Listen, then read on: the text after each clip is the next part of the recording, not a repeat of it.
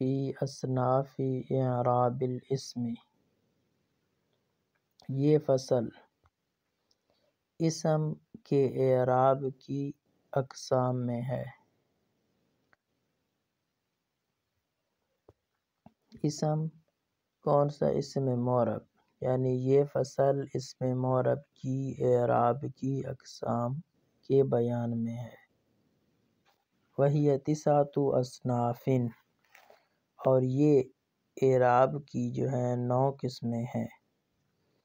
الاول، پہلی قسم، ان یکون الرفع بالضمۃ والنصب بالفتحۃ والجر بالکسرۃ۔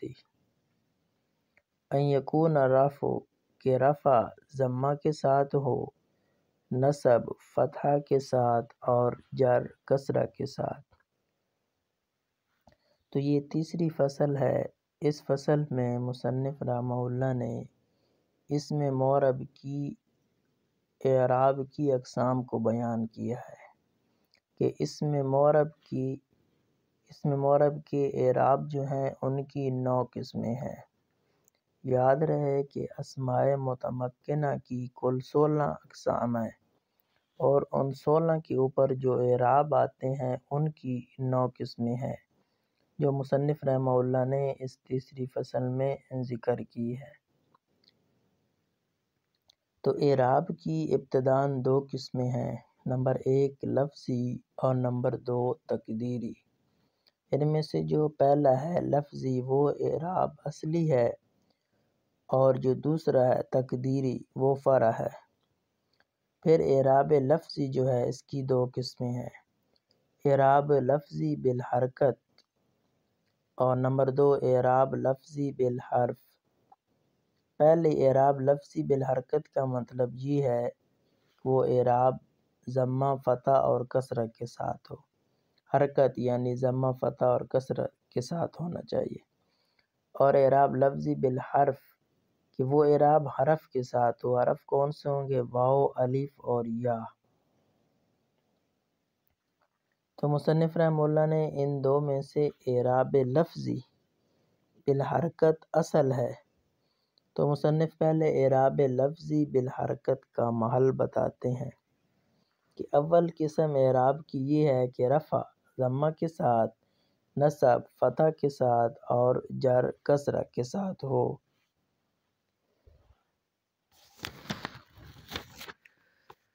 وَيُخْتَصُّ، اور مختص ہے یہ اعراب بالمفرد المنصرف الصحیح، اسم مفرد منصرف صحیح کے ساتھ۔ تو یہ جو اعراب کی پہلی قسم ہے رفع نصب کے ساتھ، رفع ضمہ کے ساتھ، نصب فتح کے ساتھ اور جر کسرہ کے ساتھ، تو مصنف کہہ رہے ہیں کہ یہ خاص ہے اسم مفرد منصرف صحیح کے ساتھ۔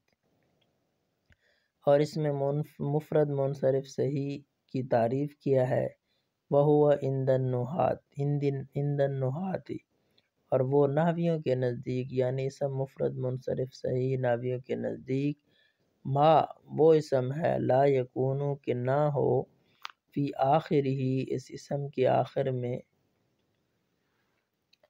حرف علت حرف علت کا زید جیسے زید، وبال جاری مجری الصحیح، اور یہ اعراب جو ہے جاری مجری صحیح کے ساتھ خاص ہے۔ وَهُوَ ما یکون، اور وہ یعنی جاری مجری صحیح کون سا اسم ہے؟ یکون ہو، فی آخرہ اس اسم کے آخر میں، واو ایسی واو، او یا ایسی یا، ما قبلہما جن دونوں کا ما قبل، ساکن ساکن ہو۔ ہما ضمیر کا مرجع واو اور یا ہے جو پیچھے ہیں، واو او یا ما قبلہما۔ مثال دی کدلو و ظبی، جیسے دلو اور ظبی۔ وبالجمع المکسر المنصرف، اور یہ اعراب خاص ہے جمع مکسر منصرف کے ساتھ، اس کی مثال دی کا رجالن جیسے رجالن، تقولو تو کہے گا جاءنی زیدن و دلون و ظبیٌ و رجالن، ورأیت زیدا و دلوا و ظبیا و رجالا، ومررت بزید و دلو و ظبی و رجال۔ تو مصنف رحمہ اللہ نے جو پہلا اعراب بیان کیا ہے کہ رفع ضمہ کے ساتھ، نصب فتح کے ساتھ اور جر کسرہ کے ساتھ، تو یہ اعراب کی جو پہلی قسم ہے یہ اسماء متمکنہ کی 16 قسموں میں سے پہلی 3 قسمیں، مفرد منصرف صحیح اور جاری مجرا صحیح اور جمع مکسر منصرف، ان کے اوپر آئے گا۔ مفرد منصرف صحیح، اس سے مراد مفرد جو ہے یہاں پہ کبھی مفرد جو ہے تثنیہ اور جمع کے مقابلے میں آتا ہے، اور کبھی جو ہے مفرد مضاف یا شبہ مضاف کے مقابلے میں آتا ہے۔ تو یہاں پہ جو مفرد ہے وہ تثنیہ اور جمع کے مقابلے میں ہے، کیونکہ یہ تثنیہ اور جمع کا اعراب نہیں ہے، ان کی قسم آگے آ رہی ہے۔ اور منصرف کہہ کر یہ اس سے غیر منصرف کو خارج کر دیا، کیونکہ اس کی جو ہے اس کا اعراب جو ہے آگے آ رہا ہے۔ اور صحیح کہہ کر غیر صحیح کو خارج کر دیا۔ غیر صحیح سے مراد یہاں اسماء ستہ مکبرہ ہیں جن کا اعراب آگے آ رہا ہے۔ اور یہاں پہ جو اس میں آگے وَيُخْتَصُّ بِالْإِسْمِ الْمُفْرَدِ مُنصَرِف سے مفرد منصرف کی تعریف کی ہے، یہ نحویوں کے نزدیک ہے کہ نحویوں کے نزدیک مفرد منصرف سے وہ اسم ہوگا کہ جس کے آخر میں حرف علت نہ ہو۔ بہرحال صرفیوں کے نزدیک صحیح وہ ہے جس کے فا، عین یا لام کلمہ کے مقابلے میں حرف علت اور حمزہ اور تضعیف نہ ہو۔ اور آگے جو دوسرا اسم ہے اسم جاری مجرا صحیح، اس کی تعریف یہ ہے کہ اس کے لام کلمہ کے مقابلے میں حرف علت واو یا ہو اور اس کا ماقبل ساکن ہو۔